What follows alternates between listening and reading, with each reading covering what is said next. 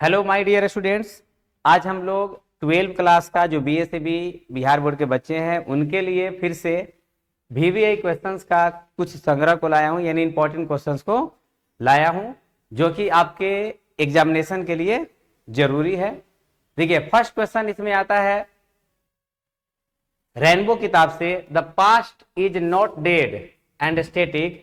यानी हम लोग को ये बताना है कि ये जो लाइन लिखा गया the past is not dead and static, देखिए नॉट डेड एंड स्टेटिक, ये लाइन किसके द्वारा कहा गया है? हु सेज, कौन कहता है? दिस एंड वाई, और ऐसा क्यों कहा? समझ में आया क्वेश्चन? ये लाइन है जो कि आपकी किताब से उठाया गया और किसी का कहा गया स्टेटमेंट है, तो इस स्टेटमेंट को कौन कहता है ये बताना है, साथ ही ये भी बताना है कि ऐसा क्यों कहा। ठीक है, तो ये लाइन आप लोगों को पता होगा, भारत इज माई होम से लिया गया है। किससे लिया गया जी? भारत इज माई होम से। और भारत इज माई होम के राइटर हैं डॉक्टर जाकिर हुसैन, जो कि 3rd प्रेसिडेंट थे। तो देखिए यहां पर आंसर कैसे तैयार किया गया, the past is not dead and static, ये लाइन को लिख दिया गया इन्वर्टेड कॉमा से। इट मतलब कौन, ये लाइन के बारे में बताया जाए। इट इज सेड, यह कहा जाता है बाय आवर 3rd प्रेसिडेंट, किसके द्वारा? तो हमारे 3rd प्रेसिडेंट के द्वारा, तीसरे राष्ट्रपति के द्वारा। और कॉमा देकर इनका नाम दे दिया गया डॉक्टर जाकिर हुसैन। यानी 3rd प्रेसिडेंट कौन है? तो यहां पर यह बताया गया कि डॉक्टर जाकिर हुसैन है। ठीक है, इन हिज व्यू मतलब उनके अनुसार कर सकते हैं, उनके सोच के अनुसार। Past is very dynamic, past गतिशील होता है, बहुत गतिशील होता है। इट डिटरमाइन, देखिए यहां पर क्या था, नॉट डेड, तो डेड का मतलब तो होता है मृत, मरा हुआ, तो इसी का यहां पर ये अपोजिट क्या हो गया, डायनेमिक। इट डिटरमाइंस, इट यहां पर किसके लिए लगाया गया है? पास्ट के लिए। इट किसके लिए यहां पे लगा है? यहां पर लगा है इट पास्ट के लिए, और ये इट लगा है पूरा ये लाइन के लिए, दोनों में अंतर है। इट डिटरमाइंस यानी पास्ट सुनिश्चित करता है द क्वालिटी, गुणवत्ता की, ऑफ आवर प्रेजेंट, हमारे वर्तमान की गुणवत्ता को कौन बताता है? पास्ट। एंड द प्रोस्पेक्टस, और पास्ट ही संभावना व्यक्त करता है किसकी? Our future. यानी पास्ट के बारे में डॉक्टर जाकिर हुसैन का कहना है कि पास्ट मृत नहीं है, बेकार नहीं है। ठीक है, पास्ट क्या करता है? तो 2 काम करता है। एक काम आप प्रेजेंट में कैसे हैं उस क्वालिटी को बताया, और दूसरा काम इनके अनुसार लगा कि यह संभावना को व्यक्त करता है हमारे भविष्य की, यानी भविष्य कैसा होगा किसी का आप कैसे अनुमान लगाएंगे? उसका पास्ट देखकर। वर्तमान कैसा है, कैसे अनुमान लगा? पास्ट देखकर। क्लियर है? चलिए नेक्स्ट क्वेश्चन। ये सारा इंपॉर्टेंट क्वेश्चन का संग्रह है, कलेक्शन है, इसको सभी लोग ध्यान पूर्वक देखें, पढ़ें, एग्जाम में काम इससे होने वाला है ना जी।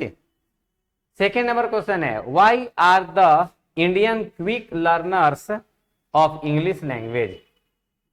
यानी ये क्वेश्चन ये बता रहा है कि इंग्लिश लैंग्वेज को ज्यादा जल्दी ऑब्जर्व करने वाले जो लोग हैं वे कौन है? इंडियन। देखिए क्विक लर्नर्स मतलब ये बहुत जल्दी सीख लेते हैं। तो यहां पे क्वेश्चन ये पूछा गया कि आखिर कौन सी बात है जिसके कारण ये जल्द ही सीख लेते हैं? कुछ तो ऐसा होगा। क्वेश्चन तो समझ में आ गया ना? क्वेश्चन क्या है, समझ में आ गया? इंडियन क्विक लर्नर्स हैं, बहुत जल्दी सीखने वाले हैं इंग्लिश लैंग्वेज को। आखिर ऐसा क्यों होता है, इसी का रीजन हम लोग को बताना है। चलिए आंसर देखा जाए। The Indian are quick learners, जैसे वहां पर था उसी को जो कहते हैं यहाँ पे ऐड किया गया। देखिए the Indian are quick learners of English language, question का लाइन है बिकॉज वी बिलोंग, वी यहां पर लगा है इंडियन के लिए, हम भी तो हैं। तो जब मैं सेकेंड पर्सन, थर्ड पर्सन तीनों को शामिल करते हैं तो बन जाता है we belong to the same Indo European family. मतलब जिस इंडो यूरोपियन फैमिली से इंग्लिश को लाया गया है उसी से हम लोग इंडियन जो हैं हम अपनी भाषाओं को लाए हैं। ठीक है, वी आर ग्रेटली डिपेंडेंट, हम लोग पूरी तरह से, यानी आप ये कर सकते हैं 100% कर सकते हैं, dependent on English for various purposes, मतलब बहुत सारे उद्देश्यों के लिए हम लोग ग्रेटली मतलब बहुत ज्यादा कहाँ पर डिपेंडेंट है, इंग्लिश पर। तब ये बताइए, एक तो यहाँ पर आप कह सकते हैं कि नस्ल एक है, यानी जो इंग्लैंड का लैंग्वेज का नस्ल है वही हमारे लैंग्वेज का नस्ल है। उसी दूसरा यहाँ पे दे रहा है कि हम लोग पूरी तरह से इंग्लिश पर बहुत सारे वेरियस पर्पस से उद्देश्यों से क्या रहते हैं, डिपेंडेंट रहते हैं, आश्रित रहते हैं। और इन स्पाइट ऑफ देम, इसके अलावा globalization has created the requirements है। अब क्या बता रहा है कि जो वैश्वीकरण है ये भी क्रिएट कर देता है, उत्पन्न कर देता है रिक्वायरमेंट ऑफ लर्निंग इंग्लिश, यानी इंग्लिश सीखने का एक और यहाँ पे कारण क्या हो जाता है, ग्लोबलाइजेशन। वैश्विक स्तर पर इंग्लिश की बोलबाला है, हर जगह इसका यूज है। अब इसके कारण भी लोग सीखना चाहते हैं, ठीक है। और जहां एक एम होता है, लक्ष्य होता है, वहां पर लोग क्या करते हैं, बहुत तेजी से किसी चीज को ऑब्जर्व करते हैं। यही कारण है कि इंडियन जो है इंग्लिश के क्विक लर्नर्स हैं, ठीक है। चलिए नेक्स्ट क्वेश्चन देखा जाए। Right the name of dramatic element. देखिए ड्रामा से बना है ड्रामेटिक, अब आंसर में पता चलेगा कि ड्रामेटिक एलिमेंट होता क्या है।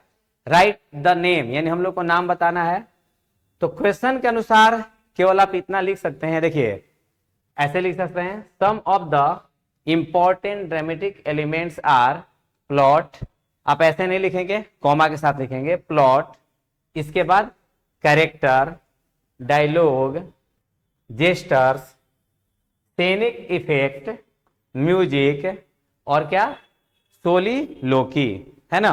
तो आप डायरेक्ट इतना लिख सकते हैं, लेकिन चूंकि 2 नंबर वाला है तो थोड़ा सा इसमें हम लोग को वर्क करना पड़ेगा, यानी इसको सजा के लिखना पड़ेगा।